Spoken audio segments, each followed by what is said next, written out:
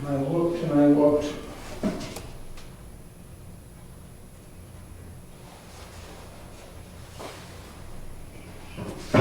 And I couldn't find one. Okay. Not a problem. I will just, I was actually in the process of emailing them to send one, so. Well, I don't know when the new ones are gonna come out.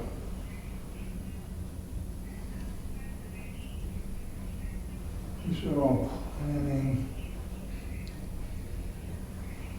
I didn't do a thorough search on the shelves, but I did look in the cabinets and there wasn't one.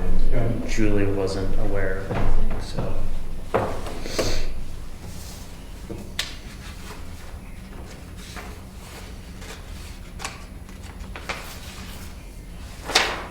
I blamed my wife for hiding them on me. Oh. No, I blame somebody. I usually just blame the dog. The dog ate them.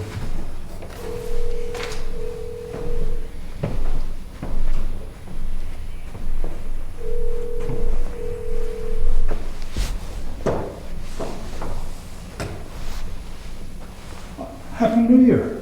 Happy New Year. I hope it is.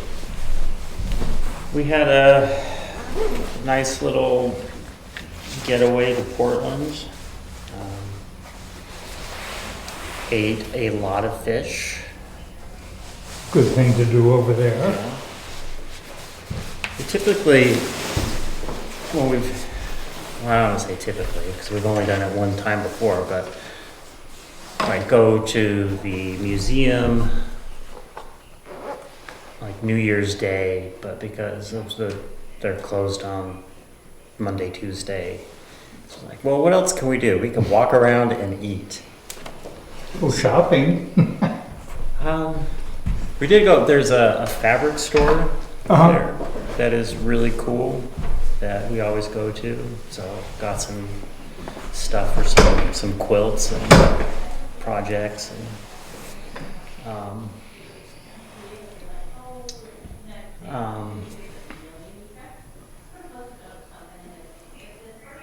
went out to Cape Elizabeth and walked around and watched the sunset on the beach and ate some more food and went to a movie theater. Wow. We went to the last two times we've gone to a movie theater.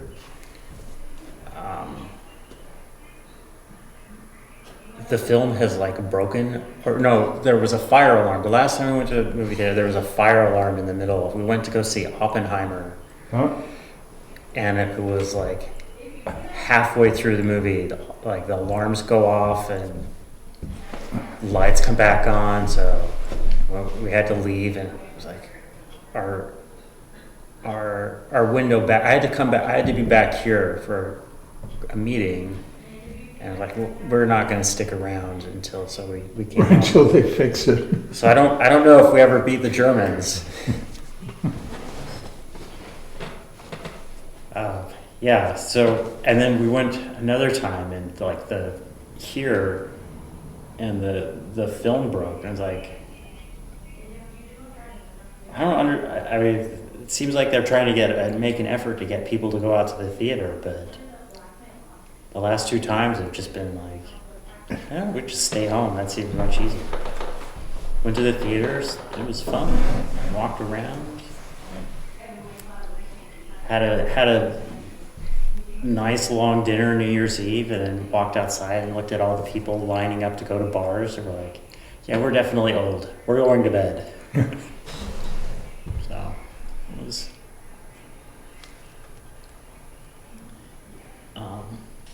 a good day, and it was a good Christmas with Caitlin's parents, and it was. And in between that, I just worked. Yeah. Work gets in the way of everything. I had 4 grandchildren visit. 3 with one daughter and 1 with the other. And Jessica's kids, well, they live in Boston, Mm-hmm. and they came up Thursday after Christmas and stayed through till Wednesday and skied every day at Granmore. Oh, And then Ann had gotten them, all the kids, cross-country skis, and they skied down here on the golf course for the first time and had a ball. Loved it. excellent. I thought so. I mean, the little guy is 5. Okay, so he's So, just shuffling around. He was shuffling. He'd fall over and laugh and get up again and shuffle on. And he didn't want to skate or ski in the track. It was a nice track. No. No. He wanted to be over here. So we just said, well, you know, whatever's going to be fun for you.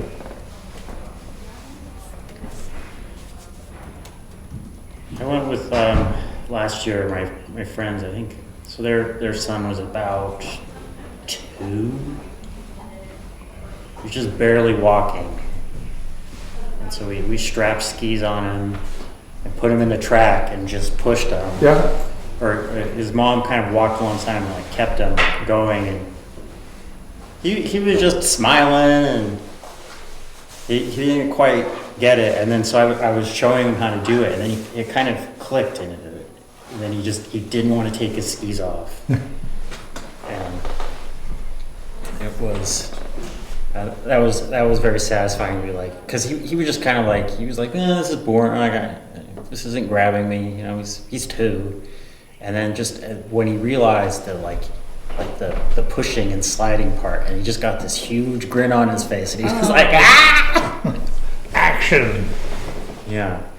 Well, my oldest grandson is 9, but he's had skis for a couple of years because he's very interested in guns, and he thought that maybe if he started practicing now, he could make the biathlon team.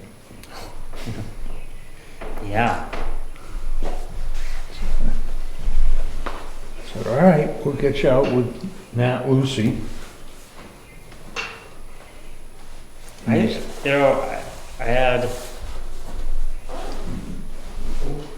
I don't want to say it was terrible timing, but it's so funny in Salt Lake. You know, it's the heartland of skiing. You know, they had the Olympics there, and they do not do any winter sports in the at any level in school. So like not even club sports in high school. Wow. So I'm just thinking, if I had been even exposed to any of that, like, because I did all of those things separately. Yeah. Like I love riflery, like scouting, like we do that. Yeah. And then I ski on my own. That was like a thing that our family did. It was like, if there had been some sport or some coach been like, hey, this is the thing you can do. Right. I saw it and I was like, how would you even do that? And then like after the Olympics, they were like, oh, hey, maybe we should invest some time and effort in Yeah, right, in our kids. Well, it's like what I don't know what ski day is here, but the kids get out of school at noon, and that's, you know. Hi. Sorry, that was a long call. Oh, no problem. Credit card company. Hey, Julie. Hi. Sorry, I'm my bare feet. I'm working a little late. Did you need me? Or are you good? You all set? I'm just, there's a handbook that the New Hampshire Association sends out, and you had given me one, but I will just get one. Okay, yeah. So, Okay, we haven't received one this year. I So. had this homemade okay. potato and Thank you. leek soup last night, That and I should turned cure- a corner. Yeah, that should cure anybody And I'm gonna have of the rest of anything. it after this meeting. I told Hadley, hands off. Right. Mine. Truly, first time I didn't end up, usually by day end I have what feels like strep throat. It's weird, I don't wake up with it in the morning, but, Huh. so I didn't have that last night. I feel pretty good today. I have the cough occasionally, but I think I'm, Were you looking well? I thank mean, you. Yeah, I sparkly. really, First time going out today, coming here. Yeah. I've always been curious on your meetings. I've been wanting to target, it's harder to find Bartlett's. There's no Bartlett E-News. It's a different world. You just looked like Ann just then. You had an expression, no. Yes. You didn't look like you had an expression. Do you have a sign-in for this meeting? We're very sparsely attended, So so you I never will need know. such a thing? Oh. You can remember probably. Yes. Dick can tell you I'm Ann Pillion. I was just gonna do, I wasn't sure if you. We've met though, what's your Okay. name? Ben. Ben, right. Yeah. Have you been to DCF meetings? Yep. Yeah. Yeah, I remember you at one or two. Ben's our chairman, he's in charge. You're in charge? You're the Yeah. chair? Yes, he is. All right. This is Jeff, our new member. Hi. How are you?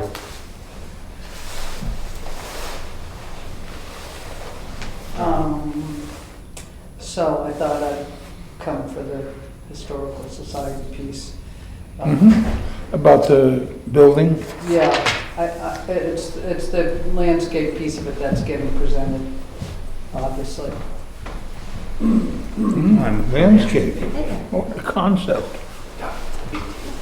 Yeah. Plans for a septic? How you doing? Yeah, water. Yeah, Maybe water, even fire How about yours? suppression. Good. all that stuff. Little chilly Billy. Have you've met that? That felt intimidating after talking. A friend of mine's a fire protection engineer, and he's gonna do our design for free if we go. Oh, no kidding, Yeah. that's wonderful. Hello Pam, I'm Ann Pillion, Hi, Janet Ann. Of Pillion. course. How you doing? She knew me as Janet if she remembers me at all. Oh yeah. I'm swimming. I made that mistake at some meeting I at can be the, go by Janet. It's just when both Janets are together, we want to be our middle names.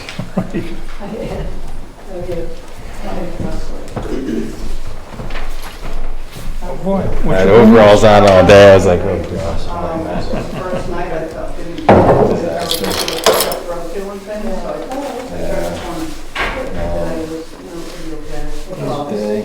so yeah, still positive. Yeah, I saw that, I thought, I was only for 5 days or something. Did you see the one article? I kind of ended up, I want to get that off. Oh, yeah, I did, I don't remember, I do remember it, and I think I wanted to say something. Oh, because it didn't say anything about landscaping stuff. And I think it should, because it doesn't I got these sound- turkeys that roost up in these Yeah, okay. giant pines. So take one of the That's words my out. job so in they- Interville. Yeah, okay, And the trees are, That's the clincher. yeah.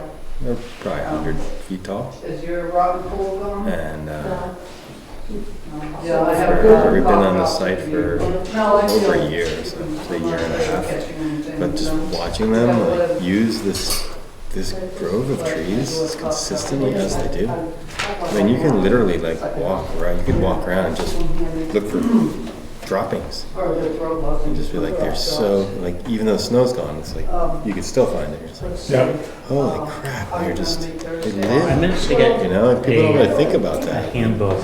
I mean, you literally just New go Hampshire Association yeah. Conservation. every morning. Like, there's my meal for Puts it today. out. They just they wake up. They wait till the sun I hits thought we them. might have one here, but we They don't. quabble, quabble. Dick They doesn't wait, have. they wait, just right. Having one sent, but Now I drop out. Yeah, It's like clockwork. It's really cool. And they went in, it's just sort of a summary of all of the. they have no. yeah, they've been coming in It's by kind us, it's kind around of the- broad, but it's a good kind of bird feeder. Yeah, primer. We yeah. have one We out, should be doing it. and the dog goes crazy. He doesn't care about birds. We have one that's right in the window with the grandkids, But and Yeah. chickadees and Yeah, yeah. foxes come up to it. the road changed. Doesn't Oh, yeah. bother him a bit. I look Oh, at yeah. He sees those turkeys and Oh, yeah. he is out the I live door. down- Oh yeah. And they go up the pine tree. I feel like when I first lived here, we didn't have turkeys. Very, very few. Very few. Yeah. I mean, They've really come back in a the last long 30 way. years, it's been like now there's turkeys. I think Ben Like, sent you this. like people have deer in the But I mean, southern New England, we have turkeys. I think I 27, 30 at a time. You'll see them get Be looking at, because gagged up So the over idea is fences. They all get their, so, you know, they get confused on what to do. And they No say pressure, how much guys. But I don't approved minutes from me. Do you pass down, and maybe some hummus and chips? It could be the 16th. No hummus, no chips, no guac? Well, do you remember Dr. Lowe Yeah, from yeah, Clifford? yeah. And he wanted me to come up and shoot turkeys because they were just annihilating his yard Really? because he fed the birds. Yeah, oh, yeah. And he said, you gotta get rid of them. I just had 15 of them walk through my yard yesterday morning. Yeah, I was just saying, we've It was got, like a parade. yeah, I watch turkeys every morning come out of the trees. It's really interesting to watch. Yeah, I mean, Say, that's big, awesome. I haven't, I saw Mike earlier today. He I said saw he like was- yesterday. No, day before yesterday, skiing.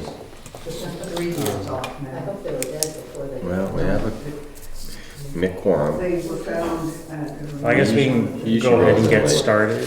together. And I think Nick Seto will be joining us later, I guess, Mike. But we can People don't understand. review the December minutes. You just There's- cannot function at a point. I had one minor edit. Yeah. On the Prospect Farm, it says the area does have a cellar hole, but any new views would require extensive clearing. And I think I'd like to have it just added. It was agreed that this identified view shed would not be cleared by Jackson Ski Touring Foundation. Because originally we'd agreed, but that would essentially require a clear cut down the Carter Notch spur.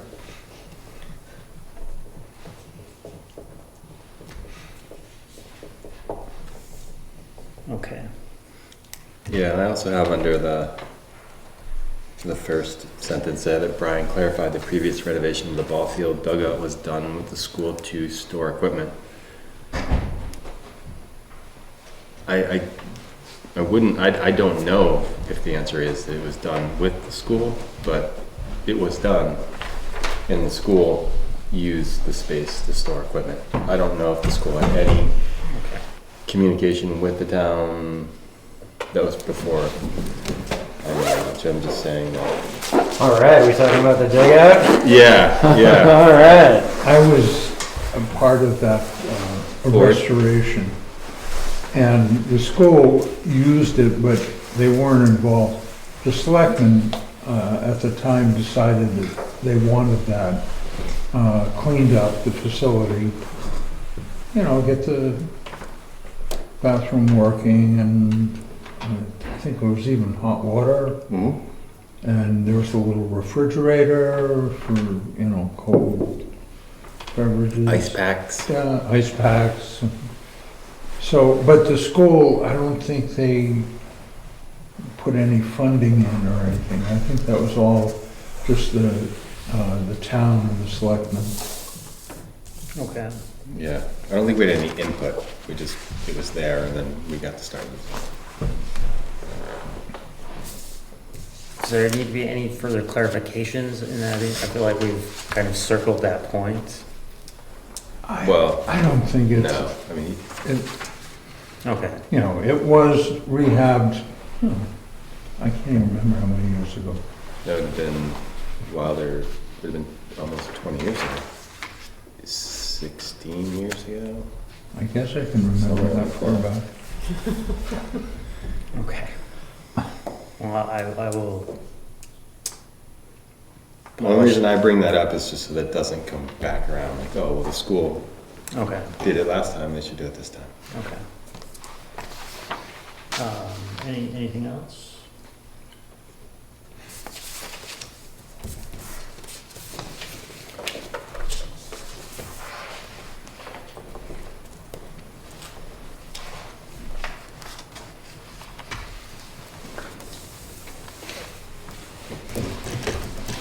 Is there a motion?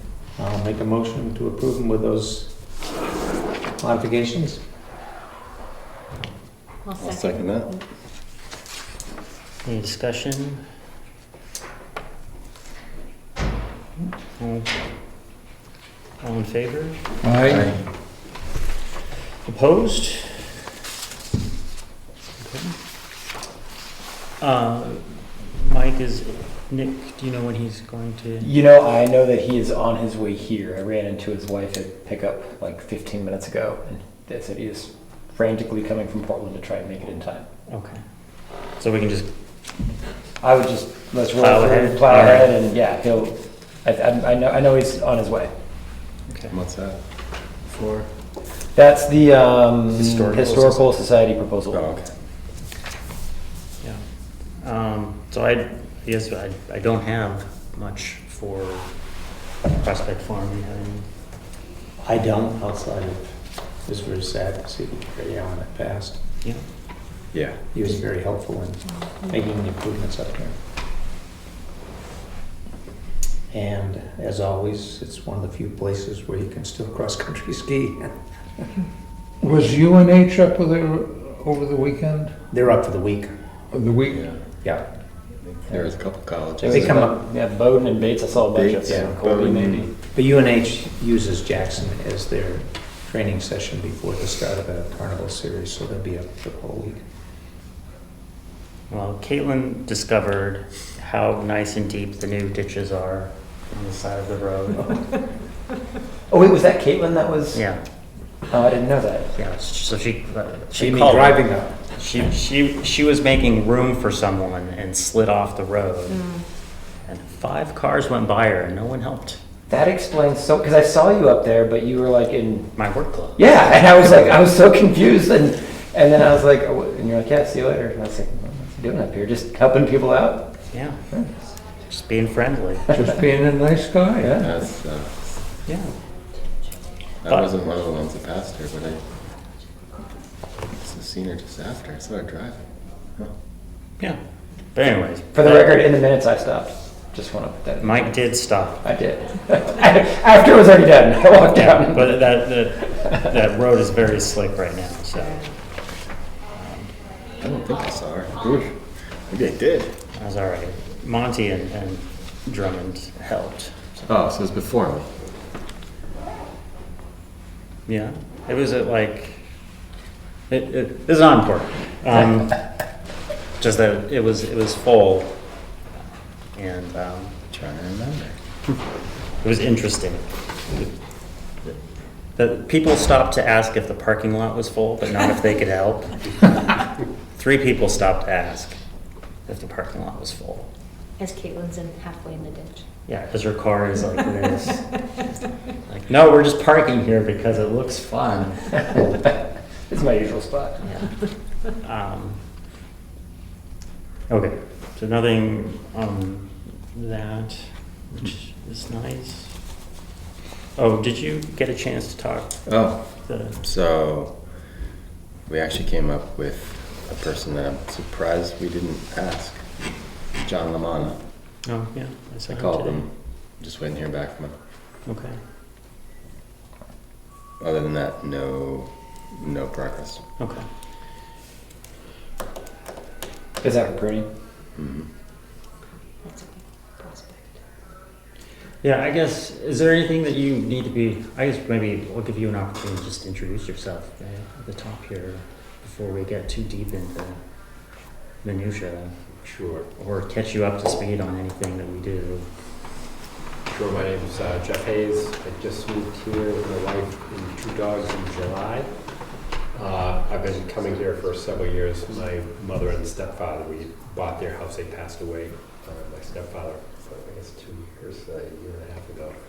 Trouble keeping track of time. Sort of a- Ed Good. It's not nothing Yeah, wrong with Ed that. Good and Rosemary. Oh. Rosemary's baby. So I wish he named me Damien, it would have been perfect. But yeah, so. They were fine folks. Yeah, I'm happy to be here. I'm trying to kind of carry on the tradition because I know they did a lot of stuff in the community, so. I couldn't hear you. What did you say about your connection to Ed Good? That was my stepfather, and my mother was Rosemary Good. That was my mom.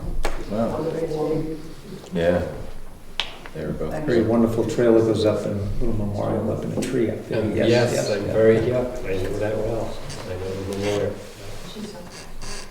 That's on your property.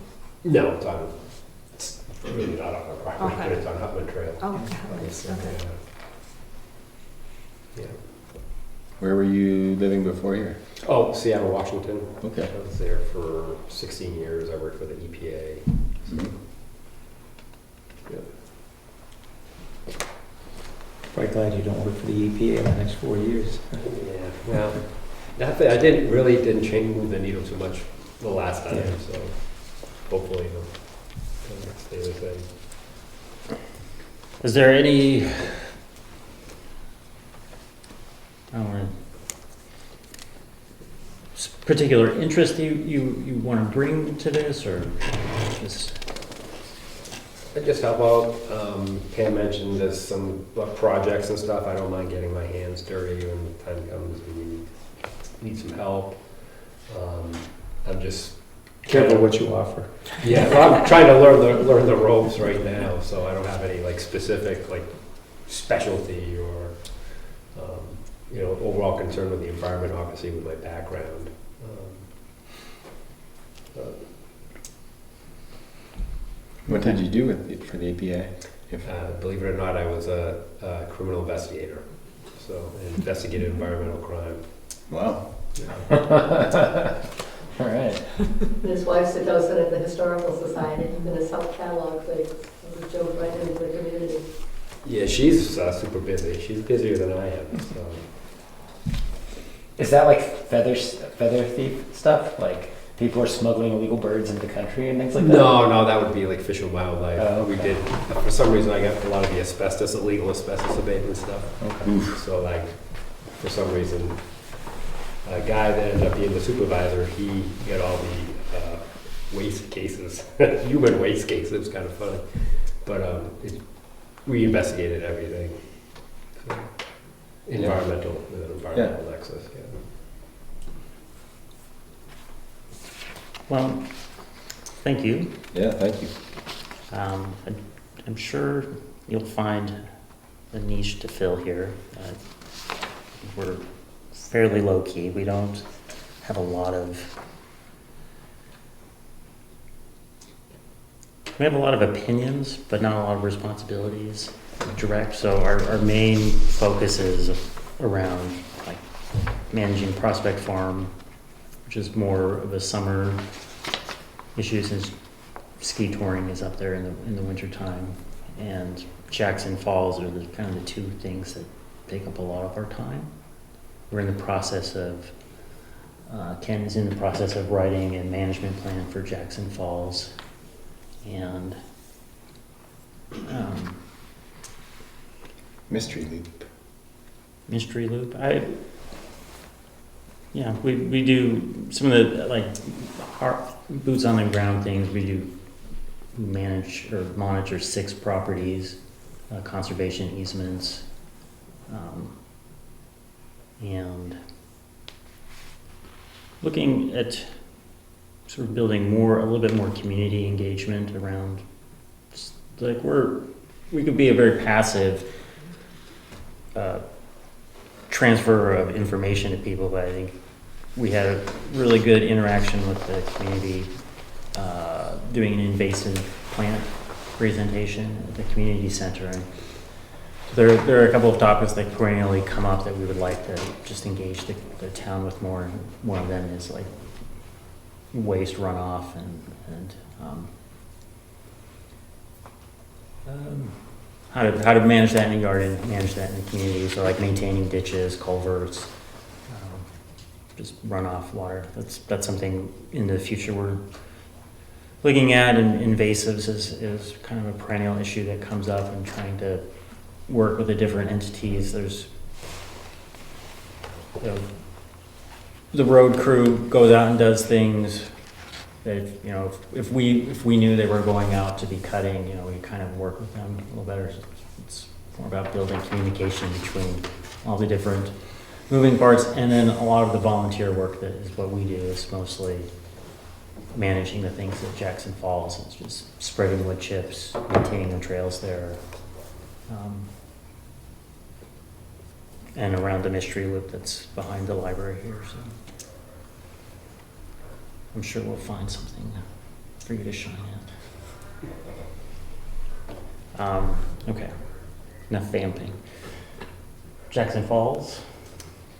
I don't think there's much until springtime comes. I mean, they're still finishing up on the bridge last time I went by. I mean, you can cross there. Mhm.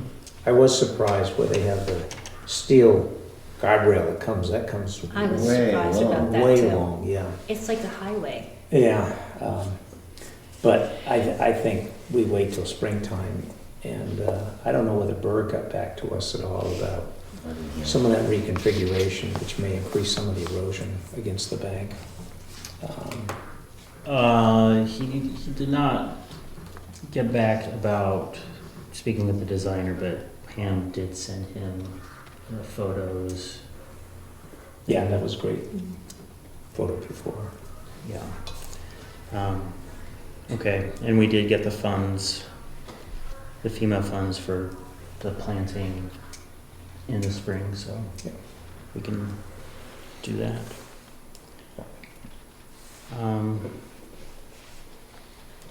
Just quick background, Jackson Falls is very heavily used, very popular, as you probably know. It is part of the National Wild and Scenic Program. And so we're trying to figure out how to manage it properly. We've instituted with the police department, like just 2-hour parking up there, et cetera, so that we don't get people just camping there nonstop, which really became a serious problem during the COVID period where a lot of people were just looking for other places. But as Ben mentioned, we have to periodically just work on the trails, putting down wood chips, that sort of stuff. But we do need to start to develop a program to deal with some of the erosion that's happening on the bank, et cetera, from some of the high water events we've had here. Because we have had some very serious floods, and they are starting to degrade some of the trails and so forth where people like to use that. So that's what we'll struggle with this coming spring. So any thoughts you've got on that would be much appreciated. Just as a side note to that, I heard an interesting paper presented to the weather interns at the Mount Washington Observatory on rain on snow events. And so they went back through all of the historical weather data and plotted time and occurrences, and we're not having any more rain on snow events, but they have shifted from November. They're probably going to in rewrite. April. They're going to. I'm on the science committee for the observatory. I think they're going to rewrite a little bit of that. But yes, Yeah. that's what they're looking at. They shifted from when? From November, so that there typically would be these rain on snow events early season and then late season, and then we would get into kind of the winter lockup. But the time frame has shifted, that they're shifting from late November into mid-December when they're hitting, and that is giving the one of them, I can't remember what the... Well, the extreme event was the December storm last Right. year, which was basically you had a high elevation snowpack.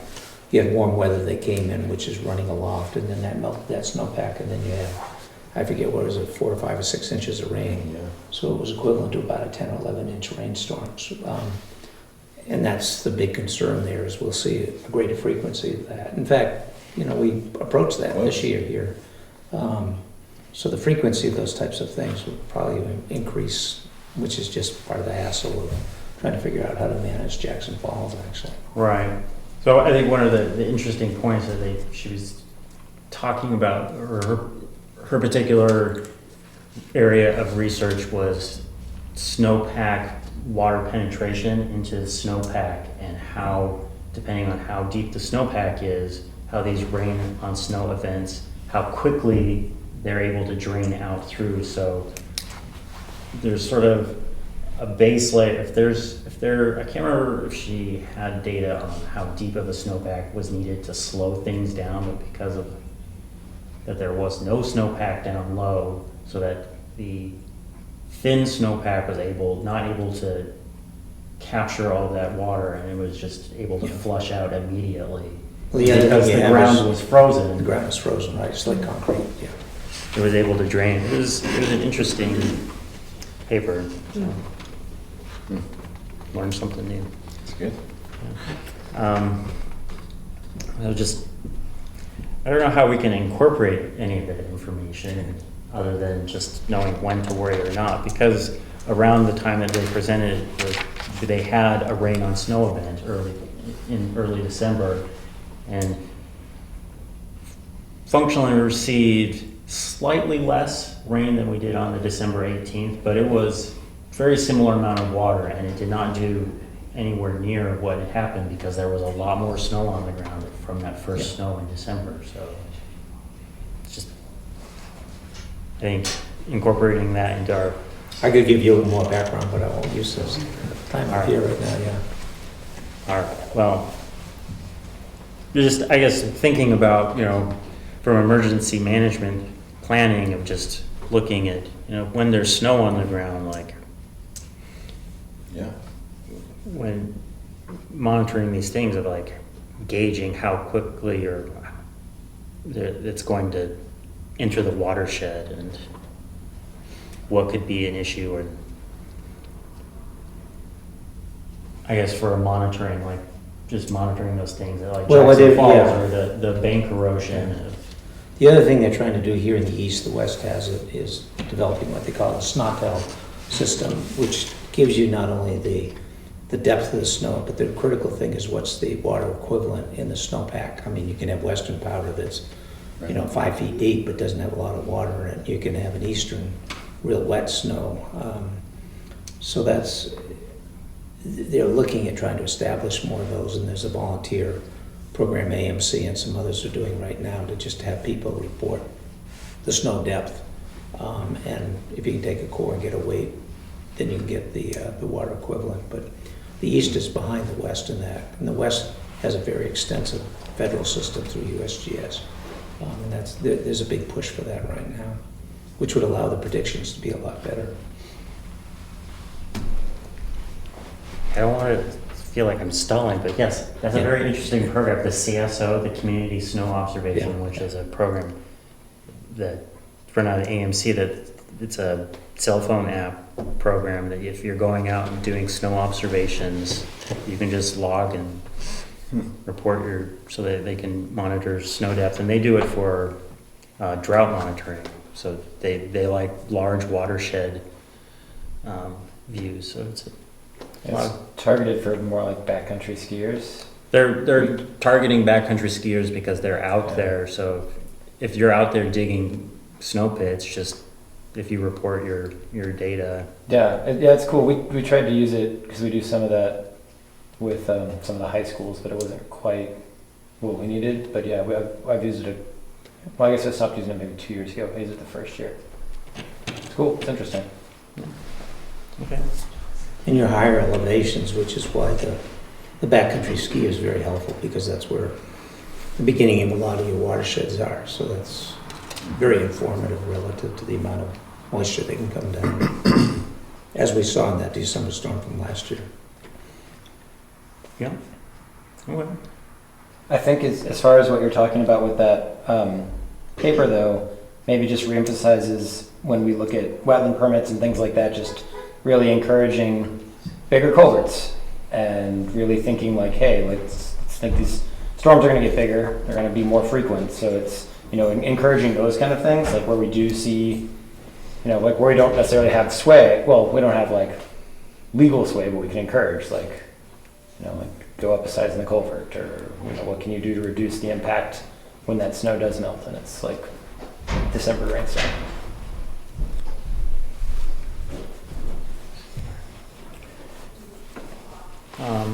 Okay. Any other Jackson Falls issues? No? Gray's Inn? No. Does it need, No. does Gray's Inn, will that need like a trail day in the spring? Would it need Yeah, like there's quite a few things down on the trail, to be honest, last time I went through. I mean, it's It'd take 2 hours. It's not real bad though. I mean, I've gone No. around it a bunch of times in the last couple of weeks. Yeah. But I can just back up to Jackson Falls for a minute. I'm just thinking of where they took the trees, the big trees down right next to Carter up to Valley Cross Road, and we've got to do some sort of restoration there. And we have to decide, you know, if you want it to be natural or if you want to, you know, keep things the way they are. Because that might require a little thought. So in the area, The hemlock and the. Yeah, where the big trees were taken down. mhm. And are they really gonna leave all of that guardrail there? I mean, have you guys seen how far that comes up? I Yeah. have not. It comes I up, didn't. does it come up to the trail, Ken? You know, where you come in from Valley Cross? It extends almost up to the trail. You know, where the split rail is at the top where the overlook Yeah, is down yeah. below? Mhm. I think it comes up to just beginning of, it comes. The one thing it will do is it prevent people from just coming across and then, I think so, Come because down, it's a pretty serious guardrail. Have you seen it? Yeah. Yeah. Yeah. On both ends, both sides Yeah, of the bridge. It's massive. yeah. yeah, And green. yeah. It is green. I wish they could have just kept it galvanized. Well, hopefully you don't have to paint it. No, it's painted green. I know, but doesn't that mean you're gonna have to paint it when it gets? Yeah.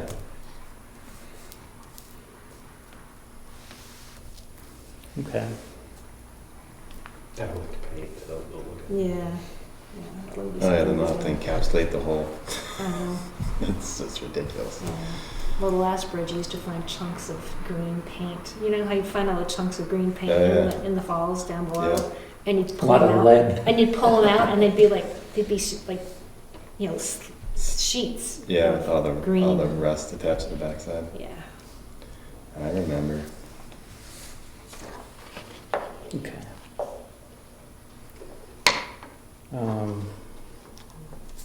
Nothing for the community garden? You're all done? Well, I have to talk to Jay Henry because I did communicate with Burr, and he said that Oh, yeah. Mhm. that if the fire station goes through, the leach field will literally be between the library and 10 feet from where the community garden is now. And we've got, you know, Jen, Jeff's other half, is interested in building out the second phase of the community garden. So I'm just trying to figure out where we could build it and add on to what we've got.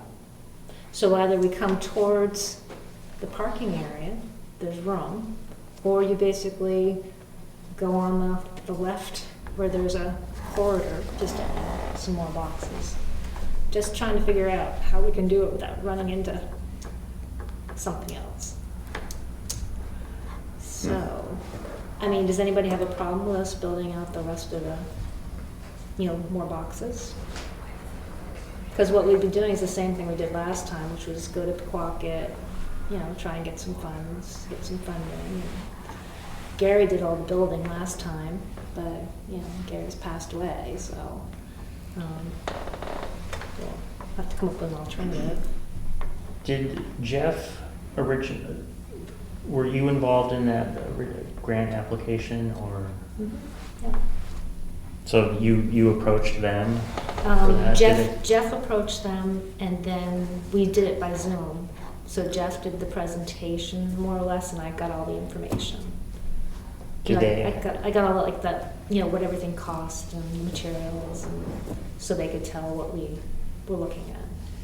Do they have a window or a timeline when? I think they do. You probably have to get on by a certain time. Okay. You can go online and get that information. Okay. It's pretty straight. Okay. It's pretty straightforward. Because Bill Abbott was on, William Abbott was one of the trustees, directors at the time, so he was on Upper Saco Valley, and I think Jeff knew. Okay. But do they do it on a monthly basis, do you know? I don't remember. I remember Ski Touring Foundation got one. Okay. I worked on that Yeah. a year or two back, but as grants goes, it's a pretty simple. That's what I thought, Yeah. yeah.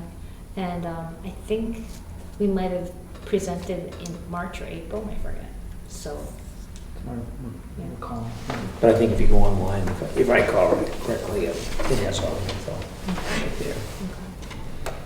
Okay. But I just want to make sure it was okay with everybody if we did that. I think if there is interest in doing that. Yeah, I have had like at least 3 people who are on a waiting list, so. That's great. Anything else? Inquiries and applications are sent in, are considered the third Thursday of February, May, August, and November. So it's quite a bit. You got Third, quite a nice. third Thursday of what? The third Thursday of February, May, August, and November. So it's possible to get it in for February. And you still have an idea of how much a box? Oh, wait, sorry. Must be completed in by the 15th day of January. It's considered the third Thursday. Must be completed by the 15th of January. Whoa. April, July, and October. Sorry. Okay, so it'll be in April. Turns out there's more words on, Yeah, on yeah. here than I Completed stopped reading by one sentence too short. April and January, so it's gonna be in April probably. Yeah. That must have Yeah. been what we did. We had plenty of time. Okay. Oh, I shouldn't say plenty, but we were up and running. Yeah, so April 15th. Yeah, okay. Thank you.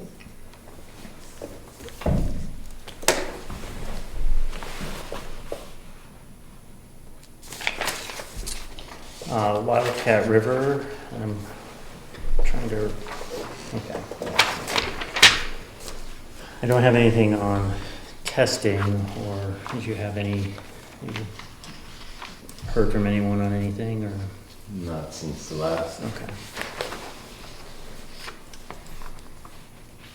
I've just, Is that something we? I think Mike's recommendation last time was just monitor the situation, and since the ground's frozen, it's very interesting to see, to be paying attention. Like, I can't remember in the past when that pond is overtopped, It's been a long time since I've seen it. but it looks like it's going to overtop frequently now. Mm-hmm. So, and I don't know if that's because they've changed the inflow and not increased the outflow, or, because it's very obvious when they're making snow that the water is about 3 or 4 feet lower. Mm-hmm. Um, I mean, it appears that they definitely increased the trench, that they changed the height of who's getting water at what level. So it's You definitely, mean upstream of the pond? yeah, yeah. the channel has been adjusted. And I had complaints from someone because it was crusting over and going over the side of the dam where they felt that that's where the silt had been put. But, you know, the weather changes so quick. And it's a wet, frosty, frozen spot. So, yeah, there've been a handful of other people complaining about work that's been going on at the Black. But,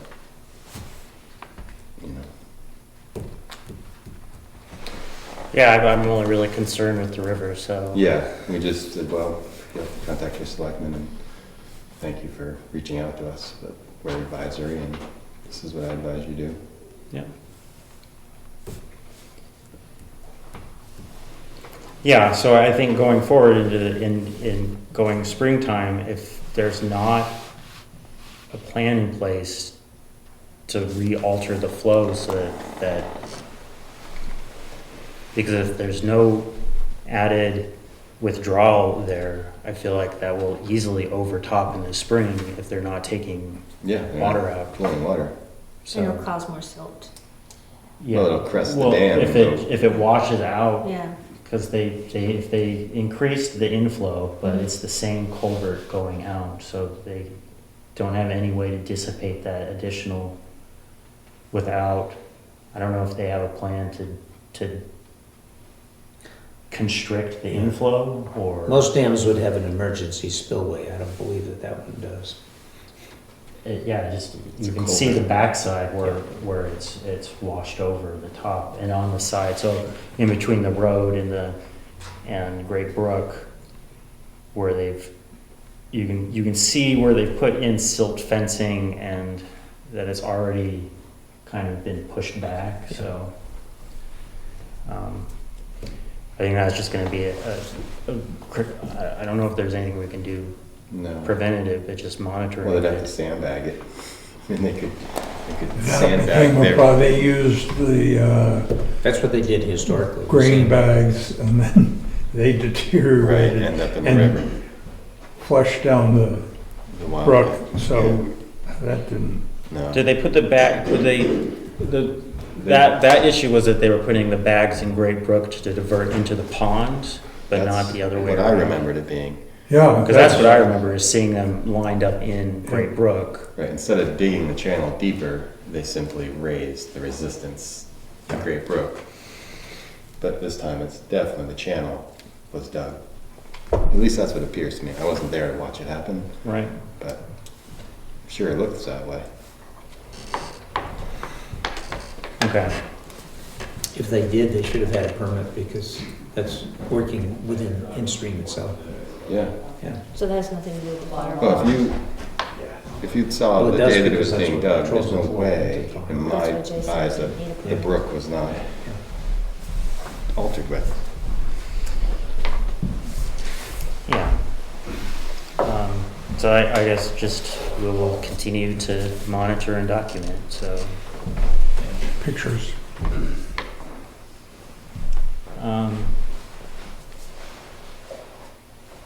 I guess we can jump real quickly to conservation easements, and reports need to be filed by the 15th.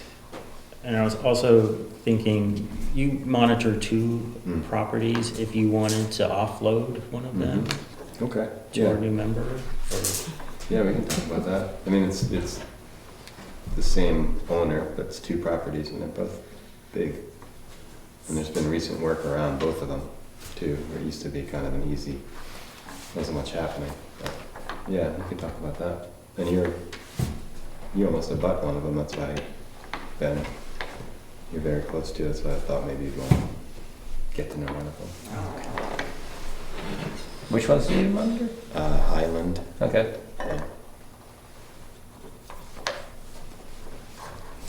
Which is Overlook in Highland. Oh, yeah, So yeah, yeah. both sides of the road. Conservation easements that the town But not Burgess. has. Yeah, it some is, yeah. responsibility for. Oh, yeah, okay. Yeah, So Burgess. it's gonna- Well, yeah, right. I guess Yeah. it's got three names. You know, the society. Yeah. Yeah, the Burgess. is an executive. Because I know Burgess really well. I Yeah. don't know Highland. I call Highland the other side. Yeah, yeah. I don't know how. Right, because you're the We other. but yeah. Right, yeah. Because Steve Pietro used to be on the board. Yeah. You can so still we- read about him. okay. Well, I guess we'll jump down to the Historical Society proposal, since we're out here. Want to hold anything open? I don't think so. I'm just gonna roll. Take my jacket off so I can wave my arms. Let's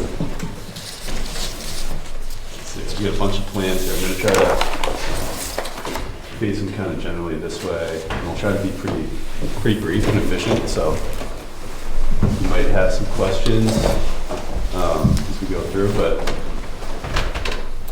So I'm Nick Aceto with Aceto Landscape Architects. We're local in town. As of a couple of years ago, we own the property just on the other side of the covered bridge.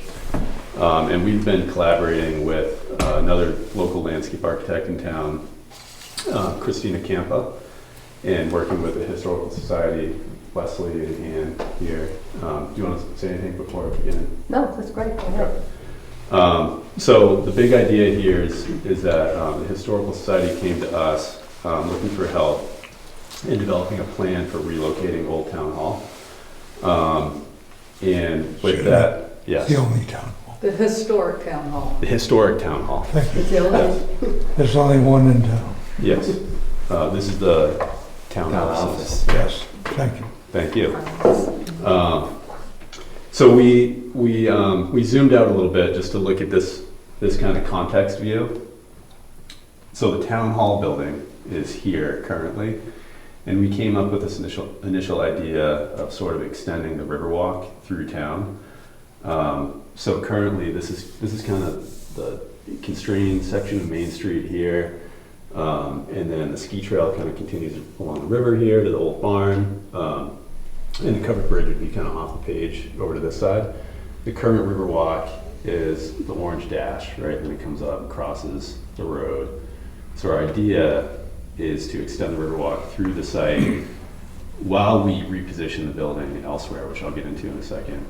And then potentially even look at, with the commission's feedback, a potential pedestrian crossing over the river. If that's not possible, then maybe we can improve pedestrian connection along 16A. But the idea is extending the Riverwalk essentially all the way up Cardinals Road to the falls and the Valley Cross Road. So you really have a Valley Cross Road, Jackson Falls Historic District Riverwalk all the way to the covered bridge. So kind of connecting all the way through town for pedestrians. So that's the high level kind of open space and rec idea. Zooming into the site is a little bit more, this reorients a little bit. So the river's here, this side, Wentworth is off the page over here. So our site is essentially 3 contiguous parcels. Here's Jackson Grammar School, the post office, just for orientation, Black Mountain Road, 16A. And here's the current town hall building. We have been in touch with DES and DOT. We've had a couple of meetings. We looked at both the zoning constraints for the parcels themselves and also the river setback constraints. And what we've kind of ended up with is this envelope in orange here that's based on a 75-foot, there's a 50-foot state river setback, and then there's a 75-foot local setback, so it's additional, right? So this outer line is a 75, and then we also obviously have setbacks from the road. So that's kind of how we arrived at that envelope. We initially looked at, could we slide the building up? It kind of disengages the building from town. We thought it'd be better if it had more of a presence in the village. So both with that and the constraints is really only an envelope here. Kind of sliding it down across from the school. And we can jump back to these and try to follow through pretty quickly.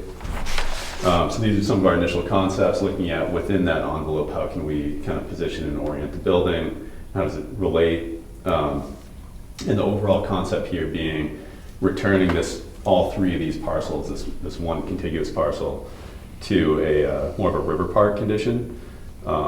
Really the goals from our landscape architectural perspective are reducing impervious surface, kind of returning the landscape back to more of a riverine type condition, but also incorporating some recreation and access that could be a good amenity for everyone. So some pathways that kind of lead through the space, planting a lot of trees. We've kind of set an internal goal in our minds of planting like 100 trees on the site. So reforesting the site. But we also have to accommodate parking, we have to position the building, we have to accommodate septic and sewer. So we've developed plans for that as well. Septic generally would be down kind of closer to this corner. That's really the only place that soils are suitable. It fits. We looked at different parking configurations.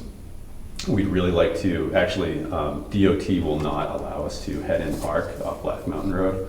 So we really need to do either a separate surface parking lot with a driveway, which would not be very efficient, not a very efficient use of the land.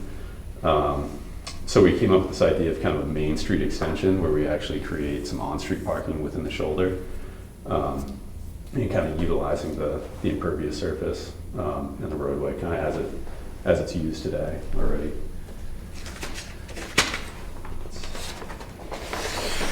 So this is our current plan. It's a little bit more measured and accurate, but the idea is again to pull the building downhill within this envelope, create a little bit of a common space out to the south.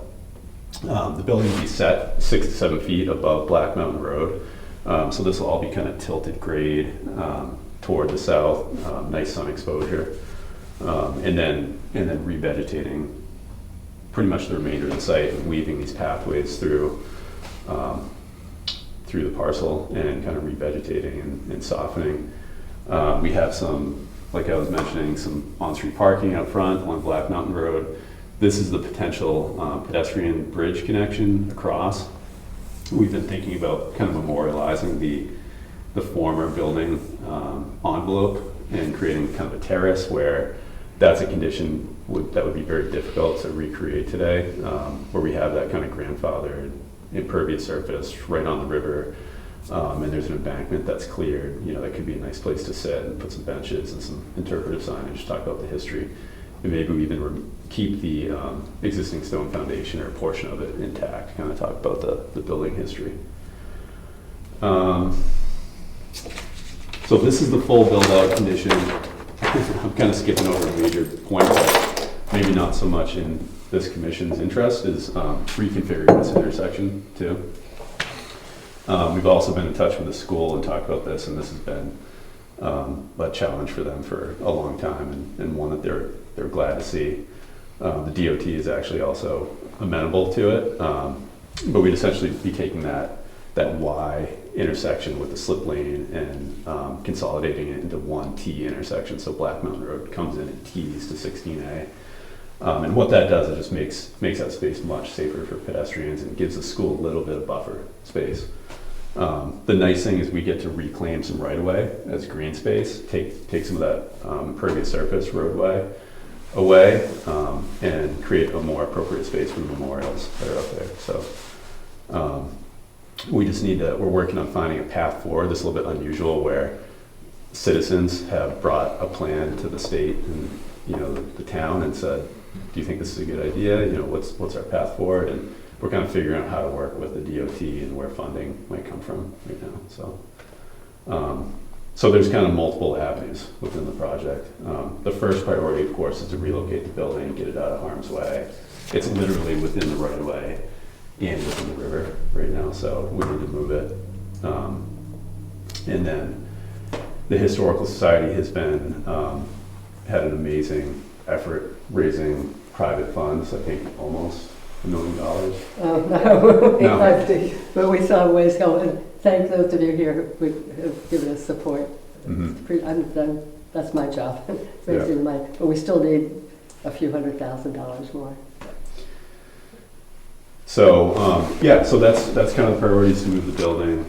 So where is the parking then under this conceptual? It's actually it's kind of formalizing the parking that already occurs along that paved shoulder, and the DOT is amenable to that. It would work for accessibility for the building. It's much more space, it's not like in front of the Wildcat Tavern. It's all quite a No, bit. the only reason I raised the question is parking is a real issue at the Jackson Falls. Mm-hmm. And if you set up the walkway here, which I think is an excellent idea, but if there's minimal parking down here, and folks, obviously just hiking up the hill is going to weed out a certain segment of the public that's willing to do it or not do it. But if you put the bridge in, you need some parking down here with some capacity because of the number of folks who I have a question. The landscape architects came up with that idea, which I think is brilliant, and I don't know whether it's feasible, but if you look behind you, right there, that's a Shapley painting from 1879. The abutments are still there. There's a bridge that went between the town hall, and then that got moved up to Valley Cross Road and the Stone Bridge. So if we could do it, people could park down by the fire pond, they could park up here and walk, into town and whatever. But is that something that would ever be permissible to do? I mean, it's not quite in our budget now, but. I think that money would drive it. But I mean, I think it would be permissible. That's the question. I think. Yeah. Well, the town has a river ordinance, and I forget what's in there relative to new bridges and so forth. Of course, generally people are looking at putting in a bridge that can take vehicles. This would be a pedestrian. But even if you couldn't, essentially you're still down here. It can come up. So. But because it's wild and scenic, I didn't know whether we should even explore the idea, because it's. I mean, I think wild and really scenic cool by if itself people doesn't. could walk. Wild and scenic by itself would not stop it. It's the town's ordinance. And of course, your other big challenge there is you're going to have to build something that can withstand a 100-year flood, which is, we were talking about earlier with some of the issues up high. I mean, this bridge, as you probably know, almost got lost in the December storm of last year. Yeah. But even if you couldn't do this, your plan is still valid because you can come down, come across, and come back up. Right. Yeah, you might need to use this sidewalk and Um, but it's all kind of yeah. we're trying to plant some seeds for a bigger vision here. You know, like you even start to question if you walked this way and you made a better crossing here. Geez, there's a lot of impervious and gravel and cars parked against the river. It's really Yeah, poor and use of that's space there. on the Wentworth property at that point, yeah. And this idea is also, Nick and Christina came up with it, which I think is brilliant, but that's not really a historical society. We would Right. totally support it, but that's kind of the Yeah, town. yeah. And Mhm. they mentioned it to the DOT, and they thought it was great, because Yeah. they prefer, and the monuments, we could even move them into this property, Yeah. have this somewhat of a historic park. I think the big challenge will be the parking, because of Wentworth, I think, has been pretty protective for the Mhm. right reasons for their own Parking facility. is always the number Yeah, one challenge. and Yeah. there's very limited parking There's at the falls up here. there's not a ton of days that all gets filled up, but I would say like Halloween, 4th of July, winter concert at the school, Yeah. that entire space is filled with cars. Yeah. That wouldn't stop me. I love the idea. So I mean, that wouldn't stop me, but that is something to kind of think Yeah. about that it would affect. I really like the idea of turning that into a green space riverwalk. I think that's awesome. But you could have some parking actually down near where the fire pond is, Mhm. Right. because that would just extend here, but I think And he, below the library, Yeah. there's quite a big lot that they could be utilized. or all the way down to the pond where the playing field is, Yeah. where you can come down, Yeah. because that's sort of the end of the walkway that comes down. People could kind of walk at either end and go into town, go up to the Yeah. walls. It's actually kind of, from a kind of urban design perspective, it's actually kind of good if people can't necessarily park exactly where they want to go. Like if they want to go see the bridge, it's kind of a good thing if they had to park, say, over here on Main Street, because then they're walking by a bunch of shops. Well, as you know, yeah, Main Street is a tough Yeah. Yeah, and a dangerous parking Yeah. scenario, actually, particularly at night. But Yeah. I mean, the width there between the cars coming, yeah, I don't know how that's all yeah. been legal, but It's a traffic calming measure. yeah, But we have about 15 spaces there to kind of answer your question more directly, which is pretty close to what's there today. yeah. It's just a different configuration and Because it would be great to encourage people that want to go to the falls to park Yeah, down, yeah. and come up. Yeah. Any space in to the south of the building or the proposed site of the building over for here parking? on this side, there's going to be a lot of grade here. This is going to come right up, probably pretty close to 3-to-1, right up to the building. We do have a little bit of on-street parking right here.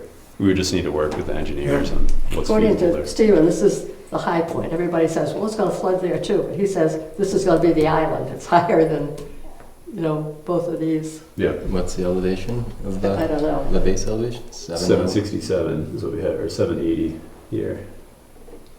Is that basically like the ice skating rink? Is that what I'm looking Yeah, at? well, Yeah, kind more or That less. is it's the rim of the ice skating rink. Yeah, and we'll probably go like a foot plus or minus above that. So is the parking for the Historical Society It's on the got- road? Yeah. Okay. So there's no parking area per se on Right. the, okay. And there wouldn't be any parking above the current I mean, site? that's doable. If we get this in, that's, It is. Yeah, we just I spend a lot of my time trying to remove parking from villages because it's just such a poor use of space, and especially on a river. So that's my one bias. We try to design for the 90% of use cases, which is that parking sitting empty, unfortunately. But that park being beautiful all the time. So there's opportunities to add more parking if we needed to. There's a fire hydrant here, would that get moved? It's actually no, we're working around it. It's right there. Yeah. Yeah. And again, to Leslie's point, this is maybe call this phase 3, right? The first that's not priority. this year. Yeah. And what we want to do is get the planning board to get it in the master plan, which they're going to do again in another Correct. year. Yeah. Because that's really beyond our scope. It's really the town needs to But kind we of would take that certainly up. support it. I love all the green space in there now. Yeah. All the green that instead of just a lawn. Yeah, and I don't, With tree canopy. Yeah. Or it's- well, the tree or canopy shrubs would be a too. big plus because there's a lot of not Phragmites, but No, Japanese knotweed. Well, that was another question. I know I've asked the Conservation Commission. We don't have the expertise, but when this building is moved, is that something that anybody would know how to address? Is it going to be taken out then, or? Can what be? The Japanese. Not, Well, if you- it's right. If you got a big tree canopy in there, you start to shade it out. Yeah, It'd be a there's- good way to There's help. some best practices that Yeah, even like yeah. DOT has that are, Yeah. But if there's an opportunity to get rid of it when we're Yeah. doing all this and working back there. but we didn't, our first concepts were kind of placing the building, and then we were thinking this building kind of floating within like this common space, and it felt awkward. To have this building floating like in a sea of lawn that someone has to mow and maintain. Yeah. It's probably mostly empty. So the idea of kind of filling the space with trees and like bring the riverine landscape into the space felt pretty interesting. Have you ever considered any permaculture in that space? We haven't gotten that far yet. Yeah, we're kind of still at 60,000 feet, I'd say. But actually, getting big trees in along the river is ideal for that river because it cools the river down relative to, they try to maintain trout and so forth, which is a cold water fisheries. And if you get a lot of trees that are overhanging, the other things they would do if you had trees in there is if the flood starts to breach, you now have essentially the tree bowl is going to slow down that water movement and reduce the amount of erosion. And that's gonna retain happen. soil. Yeah. Because there's a So- huge slump. Yeah, the bank has really collapsed right by the building. We even talked about, early back at this stage, we had these blue arrows. We were talking about this idea of kind of restoring the riverbank and softening it, because right now it's really channelized Oh, yeah. and retained all the way through this section. And we were speculating as designers, without a hydrologist or someone to tell us, if you kind of relieve that channelization, would that, slow the river there, or at least allow it some, dissipate some energy before it hits the bridge and the village. So we don't know, but it's probably a good idea, but probably well beyond the scope of this project. Yeah.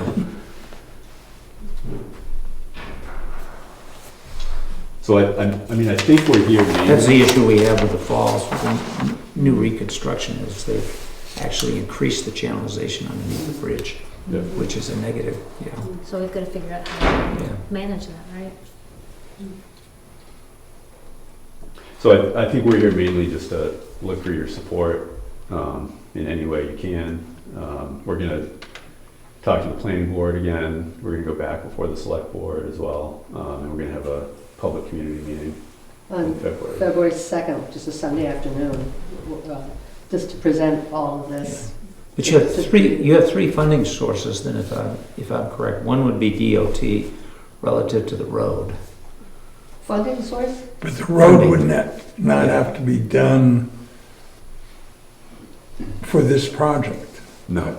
I mean, the intersection wouldn't have to be. Right. Oh, no, that's. The intersection could stay the way it is, Oh, yeah. Correct. It's going and to, the project goes on. Yep. and this intersection really isn't, we'll support it, but it's not a historical society. No, right, Yeah. it's just, Shouldn't even say phase two even, it's not. Yeah, I mean, Okay. we would like to present it, we would hope that the planning board would. I'm a little surprised DOT went with it, because a number of years ago, it was proposed and they nixed it. Well, there's a different plan that I'm aware, and maybe I'm wrong, but There's the charrette. I think out of the charrette, it was proposed that Black Mountain Road came down.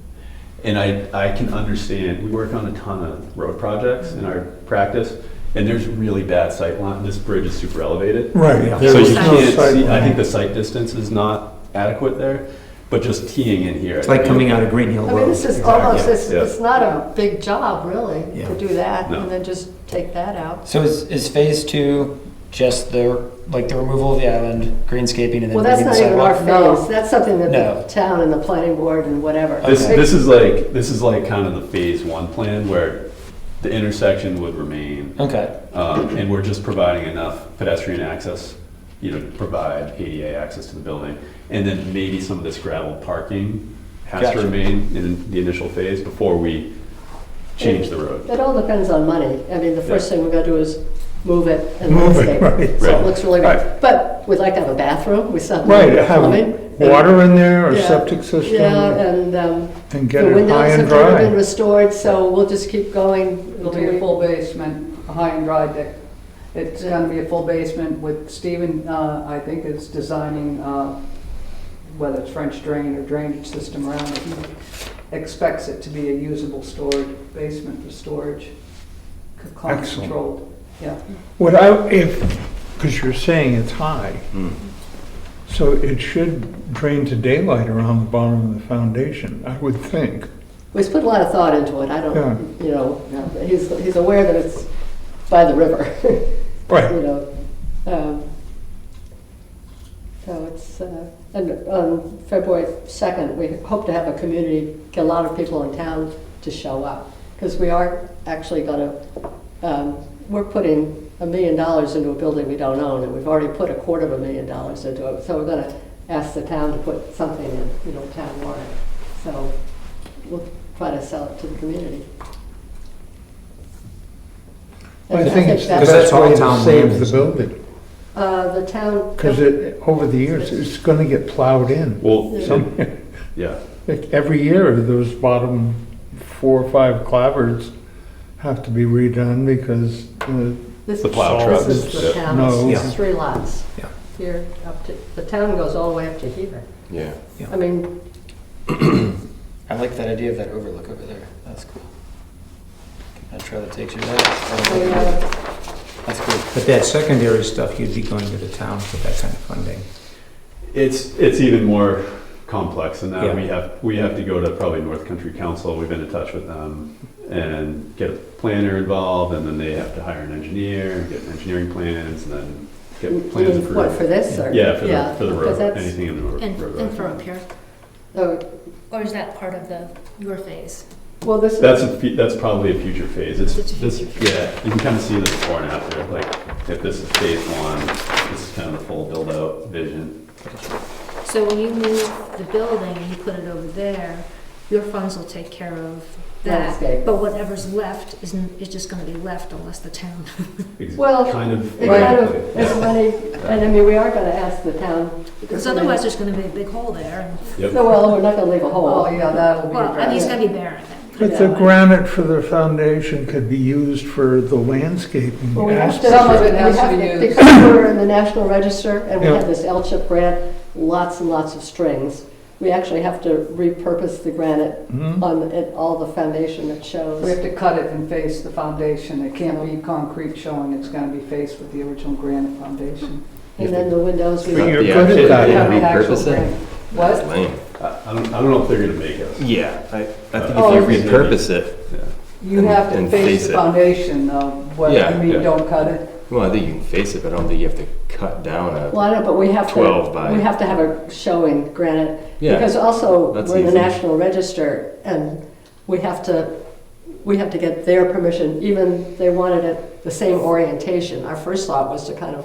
Well, find we it don't that way. have to, but we don't get $225,000 Yeah, to get, accept the grant, to, and which Leslie submitted it, and we got it. And it was the full amount, which was, we asked for $225,000. So with that comes Caveats. complying. but with even the- without that, we have to go to the Department of Historic Resources to keep our status in the That- national. That's because of the L-chip grant.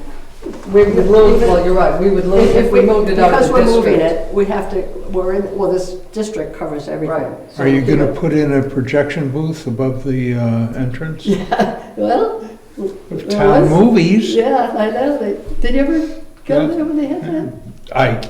I can remember when the projection booth was there. And do you remember when there was a bowling alley up, Oh, yeah. up here? I mean, I don't remember it, but Yeah. I Yeah. did the house above it, so we researched all that. Yeah. So it's a big plan. It's just all, You can Well- take rock, like we're currently harvesting from blasting and having the rock shipped down and having it sawn to all the different size for facings and mantles and so hearts. where are you doing the blasting? This is an intervale. Oh, okay. Is Great. is it granite? Oh, yeah. Yeah. For the same thing, Mm. 1902 house. So Great. They slice it where? It's getting, if this is being done in Massachusetts. Yeah, that's what Stephen explained, sounds like Yeah. it's gonna be shipped Yeah, somewhere probably the to be same, sliced. same person, because the I'm trying to remember the name of the company that bought some rock off of us to have sawn for Stevens' past project. Yeah, then it's Yeah.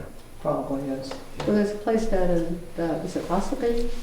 I built a big stone cairn and I got rocks from At it. source. What's the, Yeah. yeah. So it's a big plan. Yeah.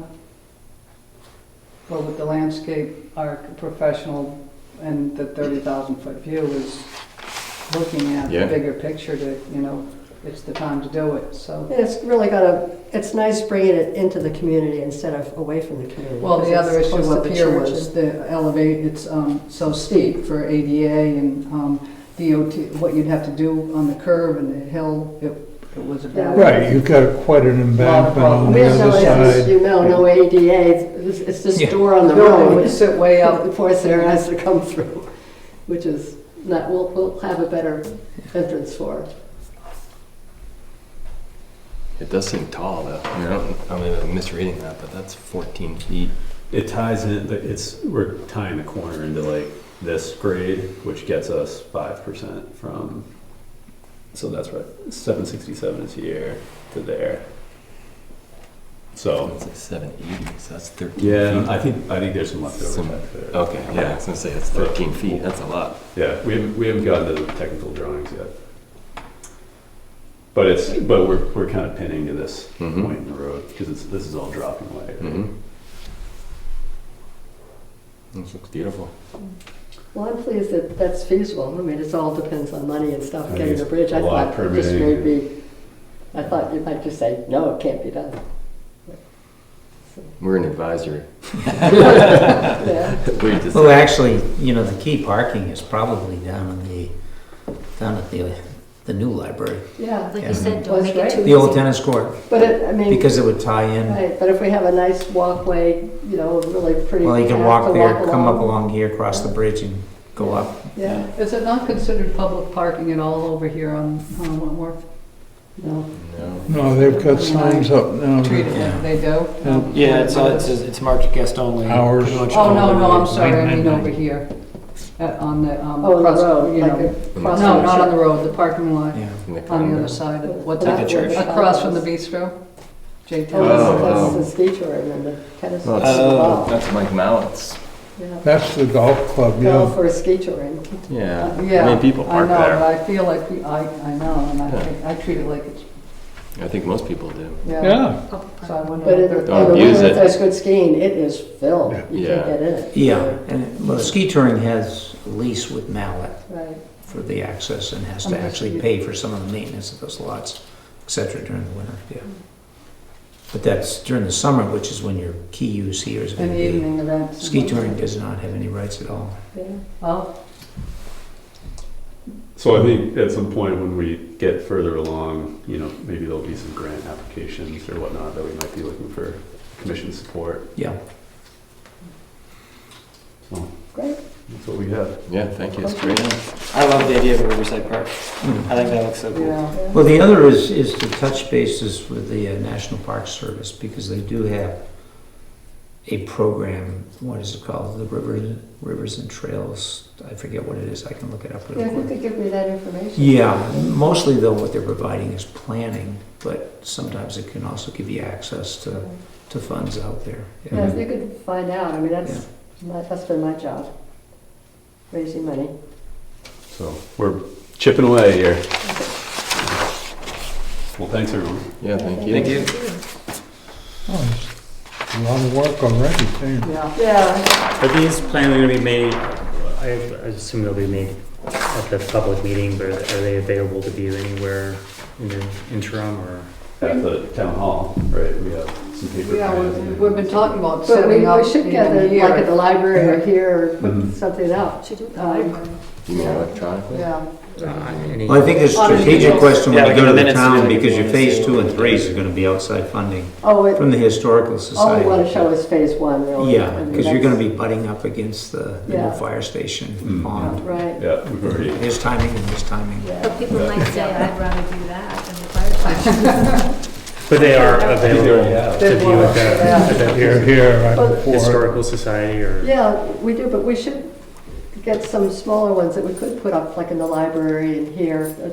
Just the one, It gets people talking about it. If they Yeah. see a picture, and then Yeah. they can talk about it, whether they're for it or not, Right. but it gets the dialogue going. one thing we're gonna do with this February 2nd event, we're trying to get more people to come that are regular audience that come to our programs and whatever. We used to do a lot with the kids with the art when Carrie was the art teacher. They would come over every year. But we're going to get them to do drawings. We're going to also have, because that's half of a big part of our mission too, is we're going to have artwork. The kids are going to come into the society and take pictures. For the second? Yeah, so hopefully we'll get some mothers and parents Right, and grandparents. get some new people in there.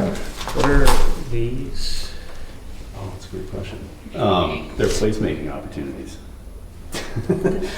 We were thinking those could be just thinking about how you travel along the Riverwalk, along the river there. Also weaving in kind of history of the village and kind of the ecology of the river. So those are opportunities where there might be signage, benches. Well, this is above, Moments. right? Well, isn't there already This a is sign on the there? river. That's the. Yeah, that's the. Yeah. It's going this way, that's Yeah. right. So you're kind of working your way sequentially up along the river. But isn't there already But your something parking there? would be- They're breadcrumbs. Yeah. Yeah, Yeah, there's the- your parking Which one are would, you thinking of? Well, I thought number one, there was Yeah. already a rock there. Yeah, well, There it is, there's the There first is. Jackson settler, or whatever it is. Yeah. We can continue building on that. Yeah, but People make it like into that. our historic park too. Some of the things like they have down at the quarry or across from the Wentworth, that whole historic park. Just You'd- make things- You'd have to work a little bit, Ken, if you wanted the tennis courts to be your parking lot, right? Because there's not a good spot to get. well, if your parking is here, essentially you've got sidewalks that can get you over to this place where you can safely You could cross and then cross pick there, up and yeah. go. Oh, I mean, the well, other place, but I'm not sure it's a wise idea, is you can put parking down in this. Mm-hmm. There is parking down there couldn't you now. just walk in above the old Wentworth or the old Gray's Inn garage? Yeah, the barn. Yeah, the old Gray's Inn That's garage. all, That's I don't, ideal. this is all private property though, if I'm Mhm. correct. If you start here, then you have your sidewalk, so, you know, if you can't get permission from the private, Yeah. you still can just come down. You have a safe walkway. The only place where you don't have a safe walkway is this stretch right here. Mhm. Yeah, I mean, I would shoot for getting between the old Gray's Mhm. garage, because that's the most of the Riverwalk. Then people are gonna know about the swimming pool there. Right. Next you know, you'll be going behind Nestle Nook and walking all the way to Kringle's. Maybe, Yeah. maybe. But I'm pretty certain this is all, I mean, ski touring gets permission here, but it has to do it through the landowners. Yeah. And they might be, I mean, the landowners might, the only experience we've had with the Ski Touring Foundation is if you're gonna do that, you wanna make sure that the landowner's willing to give a permanent trail easement. Yeah.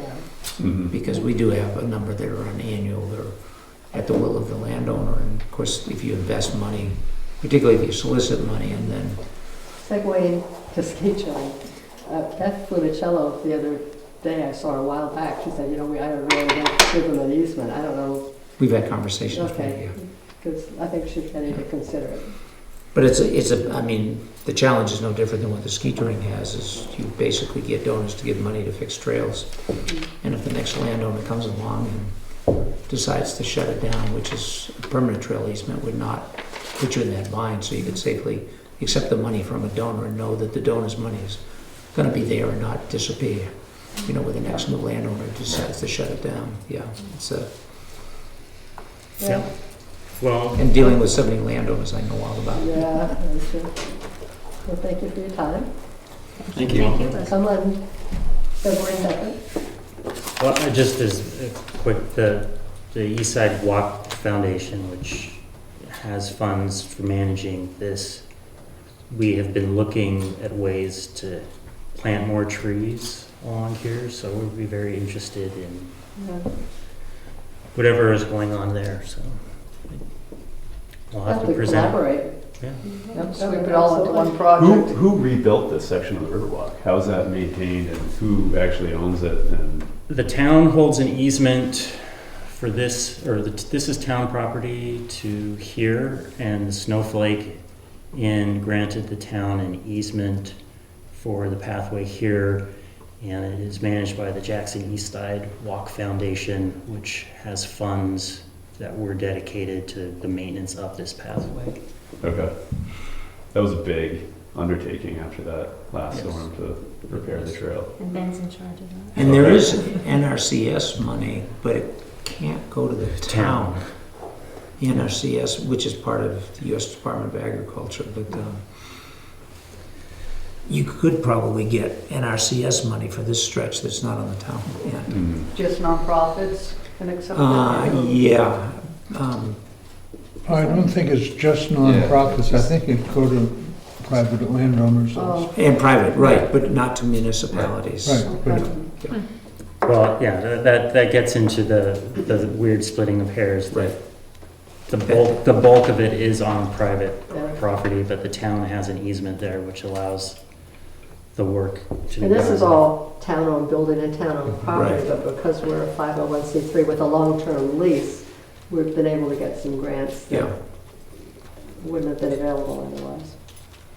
Have you all studied these elevations or other paving treatments or anything to kind of mitigate the flood? One of the products that came up in our research from the last rebuild was, I'm blanking on the product, but it's what the National Park Service uses on their, So like stabilized soil? essentially, and Yeah. we kind of ruled it out for the quick rebuild because the only fabrication plant to source it is in Colorado, and it was going to cost, the amount of shipping it out here was enormous. So for the time frame that we had to work to rebuild that, so in the long-term planning, that's definitely something we're looking at. Be interesting to study elevation too. I don't know how much the water came above that. Well, we've worked a little bit because the Ski Touring Foundation now owns the land underneath the Eagle Golf Course. The bulk of it, not all of it, some of it's still private. And we've had some conversations with NRCS, but it's pretty standard. But the more that you can tree this, the more that you can dissipate the energy as that water is busting out and coming down through here. You basically want to get resistance. And Mike, are you familiar with what Tin Mountain did with their accessible walk? I mean, I know they had layer and layer and layer of stuff. Yeah, at one point I was. I don't know if I could, like as, you mean like what product they used to, Yeah, I mean, I can't it was remember. complicated. Where was that? We, In Albany. In the Albany. Handicap accessible walk that Tin Mountain. I can tell you across the street. it's really fine and it does run out in big storms. Like you'll see it starts to move. Yeah. But it was whatever because it's not ADA because the grade was too steep, but it's an accessible trail. And it was, I remember the product was whatever we could use that helped qualify for accessibility. But I can find out. I think it would be different material that would be needed on the scouring issues. Well, you have some passionate landscape architects in town that are willing to help out with projects like this. So if you need us, we can do some research. But if you don't go to pavement, you really should look at getting as many trees along that riparian buffer. And the bigger the better, because they will absorb a lot of that. That means a lot of Energy, raking yeah. though in the fall. That's all right, compost for the garden. Well, thank you all. Yeah, don't overstay here. Thanks. It's pretty exciting. Oh, sorry, They have one- kids in the Jackson school. They're- That's why we want to fix the intersection. Good So we can idea. walk to school. Good One job. more question. What would be, you said our support would be helpful. What are you looking for, I suppose, as far as like, I mean, if we put in the minutes like, hey, we love this idea, this is a Well, great one idea, thing, like, we are going to put in a town warrant asking for some money. So if that's something that you could support, I don't know How how much are you you would. asking for, Leslie? We're going to ask for 100, which is like Oh. less than 100,000, Okay, which is yeah. less than 10%. And it's feasible, that we could amend it down, but I hope we don't have to. I mean, we don't even own the building. I mean, and the town for decades hasn't put anything into it. And when we got the lease, the roof leaked, the fire escape from the second floor was wooden steps tacked to the building, and I mean, it was just a mess. So we've already significantly improved it, but you know, we're just a small nonprofit organization, really. And maybe at some point, just a letter of support. Yeah. To, And before town meeting, you know, we'll get letters to the editor and e-news, at least I can kind of control e-news. So you're looking at the selectmen to put the warrant article? No, it'll be in. It's not going to be a petition, but they may not support it. Yeah. You know, for every article, and it may be 1 yes and 2 no. And I wouldn't be, they're all 100% for the project, Yeah. but not for coming up. I mean, they're worried about the fire station, and they're worried about school taxes going up, Yeah. you know. And so I don't know how they're going to come out, but it's all on the vote at town meeting, really. It's what makes the difference. So we've got to get everybody out. But thank you. Thank you. Thank you. Thank you.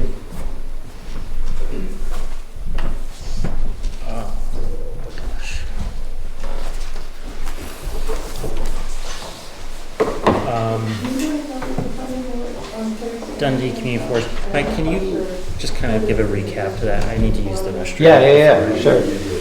I'm just curious before we move on, like everybody likes that plan, right? I like it. I like it a lot. Yeah? Yeah. I'm just curious. Like if someone asks me afterwards, like, oh, what does the Conservation Commission think about that plan? I'm gonna say we like it. Yeah, I'd like to see the whole thing. Yeah. Well, I think our support would be based in part on the broader plan, not just moving the building itself, but Yeah. the broader plan itself. Yeah. That's the appeal. Is better protection for the river. Yeah. And what's funny from a personal standpoint, to me when I looked at that, I was like, oh, the teeing into the road is super important to me. Like I was like, oh yeah, like that's also nice because I would get the sidewalk off the school because so many. I mean, you probably remember, you know, so many people walk that sidewalk and then just walk directly up to the front door of the school because that's where it puts you. And then, you know, they're like knocking on the door and looking through the windows, and so the idea of pushing. Oh, that happens. Really? Oh, all the time. Wow. Yeah. So the idea of pushing people a little farther out on that sidewalk would be great. Okay. Oh, Ben said recap Dundee Community Forest. We had a meeting December 11th. There were a couple of big takeaways. One of which, maybe the biggest takeaway, is that we reviewed the forest management plan and decided that we would like to have it reauthored. They'd like to have it redone, and oh gosh, I don't remember. Ben's gonna help me remember. I'm pretty sure that we voted to have Dan Stepanowski reauthor the forest management plan, and the idea is that right now it's kind of it's one management plan for all 3 major parcels. And the idea is to have Dan, I'm pretty sure it's Dan, go back and have 3 individual forest management plans, so they can take into account the particulars of each parcel, because they're very unique. They are different in, you know, systems and natural communities and things like that. And so they felt like they really should be looked at and planned for as 3. I mean, have a cohesive eye for all of it, but take into account that there's unique things about each one. Was it Dan Stepanowski that's going to reauthor the management plan? From NRCS? No, he's the forester? Yeah, he's the forester, yeah. I thought it was going through NRCS. Oh, was it going through NRCS? I thought NRCS was doing the invasive species. Oh, okay. Are they doing both? Maybe I'm confused. They were doing both. Okay, all right. Take it back. So NRCS is going to do 3 forest management plans and then 3 invasive species plans, 1 for each parcel as well. You're right. I think you're right that it was NRCS. Is he going to do the, I mean, the other thing, I was not able to make that meeting, but there was also a question of the original one was basically a forest management plan. And yet, the overarching thing has a mix of recreation, forestry, and so forth. And the recreation part was pretty shallow in the original plan. So we did talk about that, and the only kind of thing that I wanted to see is we were doing 3 forest management plans, 3 invasive species plans. I had recommended also doing 3 recreation plans, so looking at each one individually, but they decided to just do 1. So they are going to write a specific recreation plan, but it's going to be just 1 plan to cover the 3 parcels. And I just kind of said, if we're saying that recreation and forest resources are, equal in how we're viewing this, then we should have a separate recreation plan for each one. But they kind of felt like 9 plans was too many. But is NRCS going to pay for the No, recreation? NRCS is going to. I didn't think they would. No, they're not. No, and I think some names may have been dropped or mentioned about who could potentially write a recreation plan. So they talked about Recon Trails, which is Matt Coughlin. So now didn't have approached anyone, but just said, they used him as an example. So I think it would be someone like that would be contacted for a recreation plan. I don't think there was no one. We didn't vote on that. I think they just mentioned some names. Recon Trails is the one I remember. But I guess in saying that, it's not like it's a generic plan that doesn't take into account that these 3 sites are slightly different. Hence, there might be different recreation done on the 3 different sites, just that it's under 1 plan. I mean, that's how, if someone explains something to me, like, I'm giving you 1 plan, I'm like, so I have to take this plan and use it everywhere I go? Or this plan looks at these 3 places as slightly different and makes recommendations based on the 3 sites in 1 plan. I'm assuming that's what the recreation plan would do. Right. I would think it'd have to be. I mean, because we're not it's like in different. Yeah. It's Different sites are 2025. different. Yeah. Right, I mean, Because I think that the hope, or actually my hope is that there's different, very specific recreation aims for each parcel. I mean, if think your it's the most- forest management plan is different in 1 parcel, it seems like your recreation recreational plan is also would going to have to be then different. Yeah. different. And that's the kind of point that Jeremiah Beach made. He kind of said, well, recreation tends to always follow the resource management plan. Right, So if you're going to have 3 recreation management plans, then, right. I mean, we're kind of left with what's. Are these parcels abutting each other that you're talking about, or are they separate? They're separate. There's the Doublehead track, which is just south of like the Doublehead ski trails. There's the Tin Mountain track, which is on the east side of Tin Mountain to Dundee Road. And then there's they call it the Bartlett track. What do they call the other one? Yeah, The Bartlett track, which is the farthest south. Like Dundee. But none of them, those 3, They don't touch. they don't touch. But it goes right over to Thornhill, doesn't it? Yes, Yeah. that's the one that wraps down towards Yeah. like Robbie Carlson zone to. Yeah, so I think that was the big takeaway. Was just that they're gonna reauthor the forest management plans. Was there any, because Jeremiah, he wasn't there the first 2 meetings I went to. Did they talk mountain biking, like NEMBA? I think the only thing he talked about, or he said he kind of felt like given the, kind of how things were going, he felt like there probably wouldn't be specific mountain bike trails built.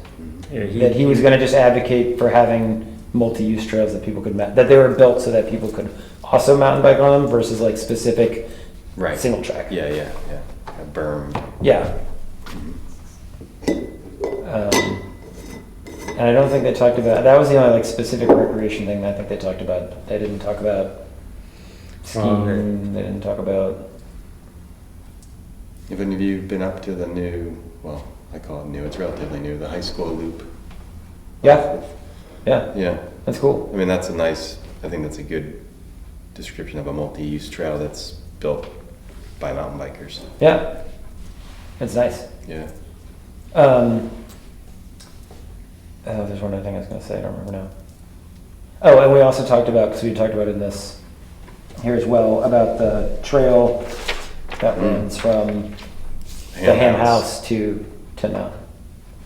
And so we talked about possibly asking, I had talked from Tin Mountain Point saying, hey, maybe we might want to take down the flagging that's just right at the boundary of Ten Mountain and that trail, just so it doesn't confuse people or send people on their way. What was the, we got our ideas, but what's the? I think Peter had gone out and flagged it. Peter Benson? Yeah. to find the historic road, the historic Dundee Road. And then, that was the thing they're gonna look up, because there was a question as to whether it was a town right-of-way or a town road. I think they were gonna try and figure out that answer. Whether they didn't know, like, Thought, whether it was designated as an actual, like a town road that they owned, or if it was just a town right-of-way. I think the town had it right away. I think when Martha Benish was on the Conservation Commission, I believe she researched all that, and it's in a file. Yeah. I don't know if you remember any of that. Dick, you weren't on the board. I think it resorted back to the landowners. It was a right-of-way. But if it's abandoned, then it resorts back to the landowners. So I think that's what happened, I think. I haven't researched the documents, because whenever can you imagine, that was the road from Yeah. Dundee over to Jackson, and the new road to Jackson, it just makes more sense. Yeah. But what a tough way to haul. Yeah.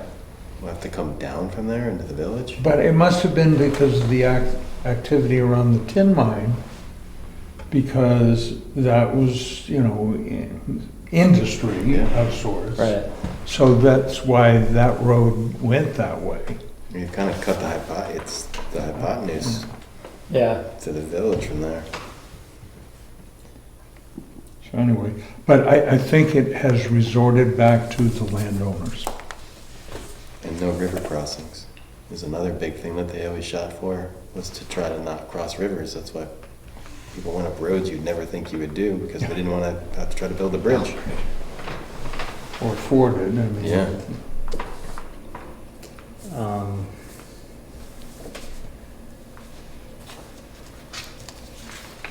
Yes, and they had also mentioned that there had been some road crew dumping at the turnouts. Oh, yeah.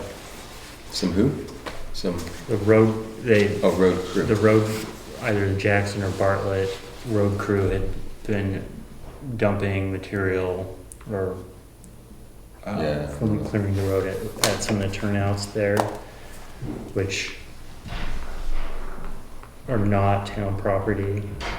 So they were gonna contact the town regarding that. I think that'll all just get flattened out in the spring. I don't think that's it. I looked at it, and it's not at the town line turnout. It's the one halfway across Dundee Road, the dirt section. Yeah. And it's a pile of, Yeah. whatever gutter material or, but I don't think that's. Par gonna for have- course. Yeah.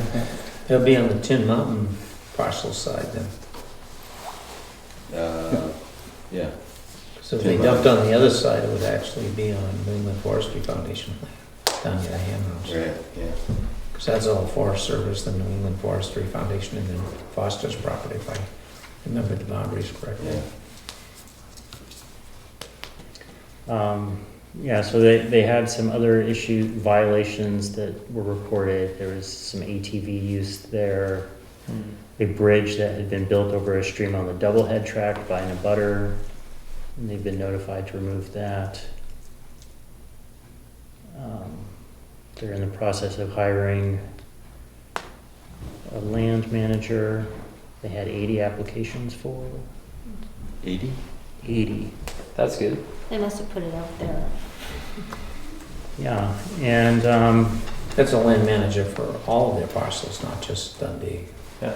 That's so good. I'm gonna get 80 applications for any job right now. It's great. the committee also has some dedicated unrestricted funds for the committee at 50,000 which will probably be used to spend on the consultants to prepare the new plans. And there's some current use discussion on,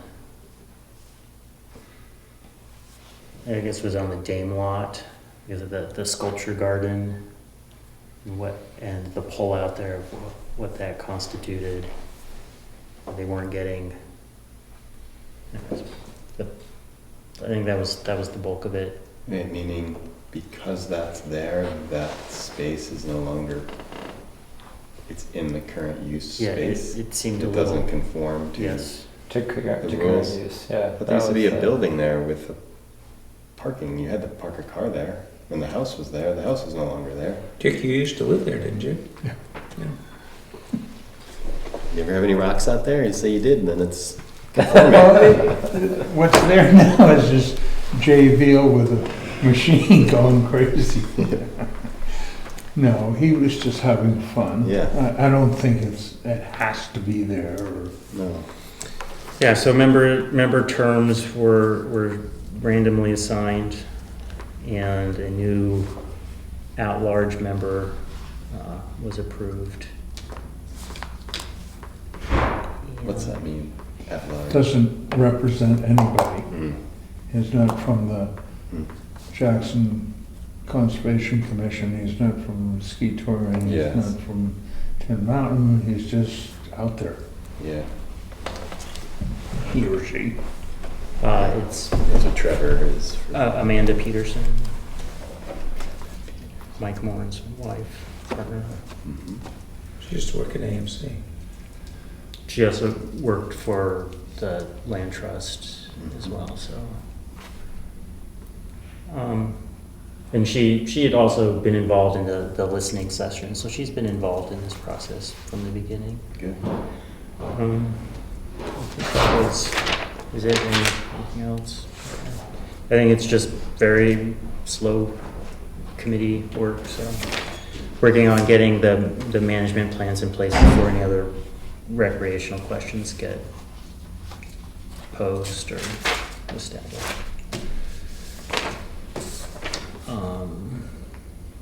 Too many pieces of paper now.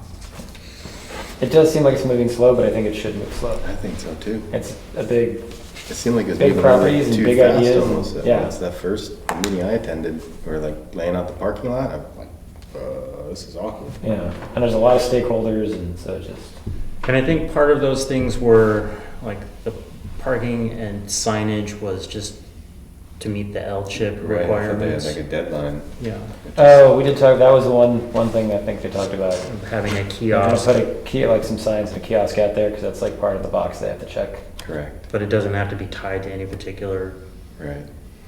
trail. It just needs to be Right. something along the road that Right. lets people know what is going on. Mm-hmm. That's good. Yeah, because you just want to do it right and get it. Right. Yeah. Okay. So the next meeting for that is going to be Wednesday, March 19th. With the location to be determined. So Mm-hmm. maybe in Jackson. Anything else?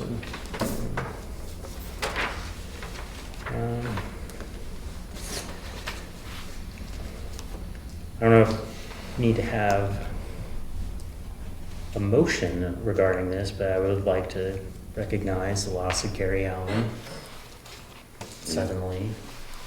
And I believe the town will be holding some sort of, I don't know how it was worded, but the town will be doing something to honor him, so, That's a real shame. yeah. Guess we kind of covered you, Jeff, and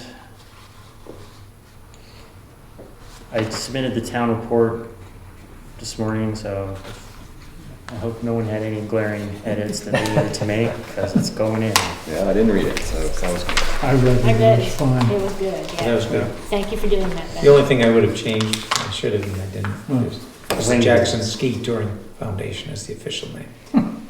I think it just says Jackson Ski Touring, which is pretty minor. I try to have established JSTF at the beginning, so. Yeah.